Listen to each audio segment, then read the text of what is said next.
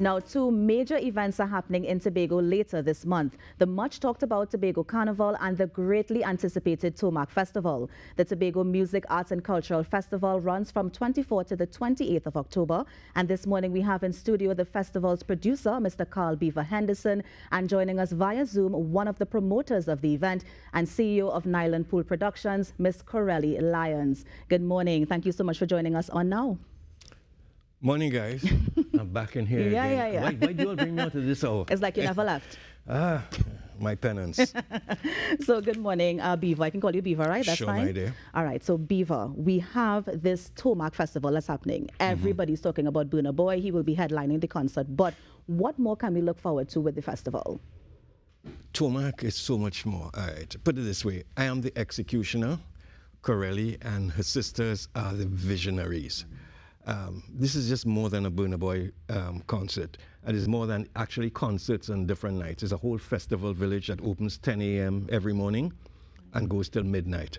So the entertainment is really at the nighttime.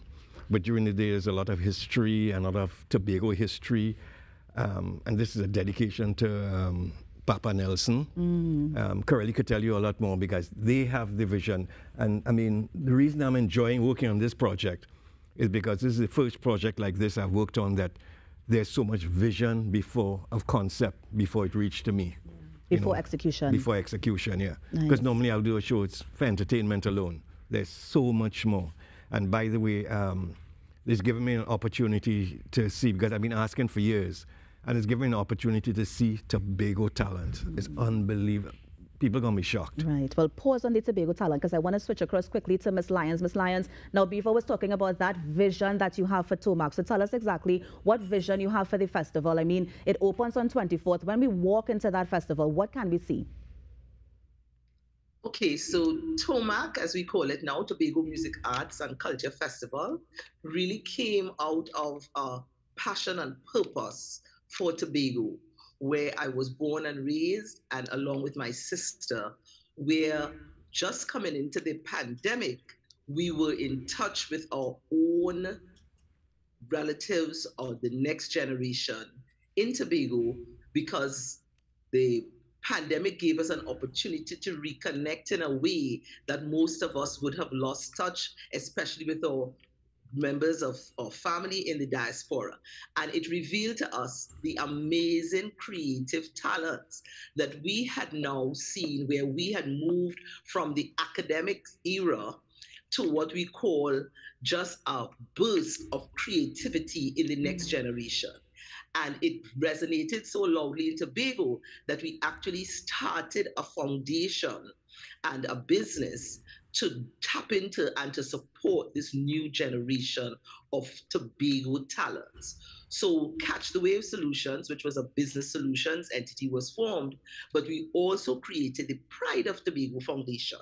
And there it is, the journey began in uncovering and revealing and reconnecting with this awesome talent that Tobago has and it's across the spectrum. So what we sought to do, for me, my passion has always been in the development of the young, the youth. And my sister, who is in the diaspora abroad, was focused on giving back to Tobago. So here it was, we had discovered so much talent. Every week we had a reveal of talents from Tobago, and every week we had a lineup of more and more new talent. Now, so talking about the festival, now, Ms. Lyons, talking about the festival in particular, when the doors open on the 24th, is it that we're going to be seeing arts and crafts? Are we going to be seeing design, or is it just going to be focused on the artists? Yes. So this is what we have. All this talent that was discovered, that we created this platform, this opportunity of a market space to reveal from the time the doors open. So we have a soft launch where we are going to be showcasing things that range from our dirt oven creation to where we have our discovery of a young Ayuma. She is only 14 years. She's an Afrobeats music producer. Then we have as well, when it opens, we have a range of all the arts that would come out of Tobago, from the artists to the artisans, to the craftsmen who create or graters or swizzle sticks for callaloo. We have some of the amazing painters out of the schools, the students who are now artists producing paintings. We're also going to be back to show how we recycle, because this festival is really grounded and founded in our roots as Tobagonians, where Dr. Rita Pemberton played a role to show us why our customs are the way they are. So from the Sunday, we roll into what is a major, the highlight of Tomac is paying tribute to Lord Nelson, now chief. He has now been made a Nigerian chief. So we are going to be showcasing a tribute, a celebration to him, including Kes the Band, including some of the other artists, Adana, Sherwin Winchester, all Tobago born. We have Gerard Balfour, the Pan Man. So it's just Rhythm Nation, a number of Tobago artists, along with our brothers and sisters in the art form out of Trinidad. Nice. So now I'm going to pause. We are going to also have, coming into the festival, we have Pretty, Nyla Blackman, right, and Mayoka out of the US. So what we have done is to create a mix of all the creative arts that you could find in Tobago. From music. Now I'm gonna, Ms. Lyons, I'm gonna pause here because I want to toss back to Beaver quickly. I know that the closing night, of course, we've been looking forward to Burna Boy, but what has the response been for the other nights of the festival? Mean for the talent? For the talent, yeah. People are gonna be so surprised because everybody's buzzing Burna Boy, Burna Boy, Burna Boy, but I have found some talent. Including what Corelli just said, the young 14-year-old young lady, Ioma. I consider her the poster girl for the whole festival. 14 years old. She was at the media launch, and what kind of sparked my interest is, at 14 years old, her parents got her, she and her parents, they have collaborated with an African artist already. So she's made steps where senior artists are now looking to go. And she's talented, so I'm looking to put her as many nights as possible so people can see who she is. Yeah. But the response is good, yeah, and people are going to be surprised at telling you with Tobago talent. Now, Beaver, you have been involved in culture for years, right? Music, creativity, all that sort of thing. There have been rumors, or there have been the conversation going on of why now? Why bring Burna Boy in the midst of what is Tobago's inaugural carnival? And I wanted to get your thoughts on that. At the end of the day, it's music. It's just music. It's all right. At carnival time, let's deal with Trinidad and Tobago Carnival. Somehow we get locked into, and today's carnival has just become Soca Monarch, Chutney Soca Monarch, and Road March. But there's so many different aspects of our culture which we have kind of thrown away through the years. Tobago is this is kind of reopening other sides which we have closed off. I'm really happy. So. And by doing that, you're bringing an international, the biggest artist on the planet right now, to center stage. It puts Tobago center stage and on the map again at this time. Ms. Lyons, I will ask you the same question as well, because like I said, the conversation has been going on in terms of, is it that Burna Boy is going to overshadow the festival, or do you think there's a spot for him in Tobago Carnival? Well, he definitely has a spot. The Burna Boy concert was not designed to be part or to compete with the festival. Let me just quickly tell you. This festival is about our Tobago roots. It's a journey and a movement we began. And one of those discoveries through the research and working with Dr. Rita Pemberton, who most of us will know as one of our country's most, one of the most well-known historians who headed the history department. In her discovery, she discovered how closely we were connected to Nigeria.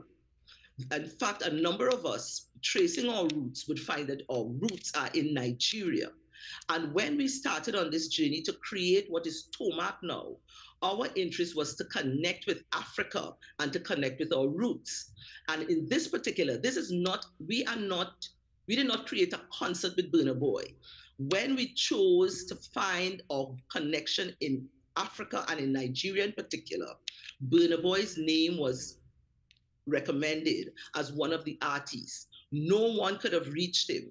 And it was almost like divine order. One of the persons we were working with out of Nigeria, and with the support of the Nigerian High Commission, they could not connect with Burna. And the Nigerian, as I call him, my brother in Nigeria, said to me one day as we sat around the table, he said, my sister, why don't you call Burna Boy's mom? And he said, I'll give you the number. Because they had been trying for probably months to get Burna Boy and could not. And it was in that moment, the very next morning, after saying my usual prayer, I took the phone up, dialed, and Burna Boy's mom answered. And it was so interesting because we presented exactly what our journey was about reconnecting with our roots in Africa and in Nigeria. And she said to me, I will give you a number. I will have them give you a date. And the date was given to us. So when we speak to Burna now and his presence, it's not in the context of a concert, but it is in the context of Burna being out of Nigeria and being connected in the way that we as Tobagonians, proud, great African ancestry, that we have the privilege and the honor of connecting with Burna Boy as a brother from Nigeria. And this is how the entire festival was positioned from the start to culminating with the date of the 27th, which was the date we got when through Burna Boy's mom, we connected with him. Now, Ms. Lyons, I also have to ask, I understand how the relationship happened, and I understand, as you said, divine intervention, right, in terms of getting his number and getting him here. But there's also the conversation as well that because of the event, it was competing with other events, and this is the Tomac Festival. It was competing with other events, so much so that those other events were cancelled as a result of the Tomac Festival happening. And I just wanted to get your thoughts on that as well. Oh, well, from the question of the Burna Boy concert, the entire festival is it's targeting quite a different set of the market. It is also something that is a sustainable annual event. So this is actually part of the creation of a new economy for Tobago. And it is actually employing most of the talents from the entrepreneurs to the artists, and giving them that place and that space. As a matter of fact, one of the things that we have, the positives that we have got out of this, is that this being a sustainable event outside of the one-off parties. And I'll just say what one person said, at least we are having in Tobago another type of entertainment that persons who are not just interested in the parties, which is the main set of events for the carnival, now have an amazing journey in the Tomac Festival Village that we are creating with our history, our artifacts, our artists and artisans. Just before the carnival. And it is interesting that as well, I'll just say this as well. When we embarked on this, we did reach out to spoke with the other stakeholders in the carnival, and our guidance was, once it is not happening on the official carnival days, which is the 28th, 29th, and 30th. Right. And so the positioning has happened by divine order. It is an opportunity for Tobagonians. It is an opportunity for Trinidadians. It is an opportunity for the region to be part of something that is not a one-off event, but will be here every year, to provide that space and that market and to generate what is to be a new economy in Tobago. So Ms. Lyons, I think it goes back to what Beaver was saying in terms of that kind of segmented kind of road march, and this and that is something that's happening outside. But Beaver as the executioner, Yes. I'm going to use that in this sense. As the person who's executing this, how difficult was it to plan this festival in the midst of Tobago Carnival? Or was it difficult? Any challenges at all? No. Actually, the challenge is not there. It almost has nothing to do with Tobago Carnival. Tobago Carnival is an asset by itself. For years, I've been, saying that Tobago has so much to give, so much talent. It just needs to be just put on the front burner, put on the plate. And what is happening is you're starting to see it happen now. And it's very effective that this is their first carnival, and Tomac at the same time. And it's like everything's going to set by next year. Everything's going to settle. Everybody's going to find a space like water. Yeah, and the reason why I asked that too, Beaver, is because I know that there were problems with hotel and accommodation. So do you think, of course, the festival would have ramped up the need for, you know, the inter-island service and for everybody else to kind of boost their travel at this time? Yeah, but from what I'm understanding, ferries, they're going to have transport. Yeah. This story about transport has been happening since I started doing jazz, 20 years ago. There's always a complaint, and then come to the week, everybody arrives there. If a Trinidadian wants to reach there, they will reach. They're going to swim. They're going to reach. I've heard complaints, even when I was doing jazz on the beach, people complaining, but and you see them in front of you. And you see them in front of you. Beaver, let me thank you so much for joining us here on the Now Festival. On the Now Show. I'm thinking Tomac already. I'm thinking festival already. Come and to I'm the thinking, festival. Listen, I got the invitation from Beaver. I will be there. That is Carl Beaver Henderson, who will be executing, of course, the Tomac Festival. We also spoke to Miss Corelli Lyons, who, of course, is the CEO of Nyland Pool Production. You're on the Now Morning Show. We're going to take a quick break and be right back. Stay with us.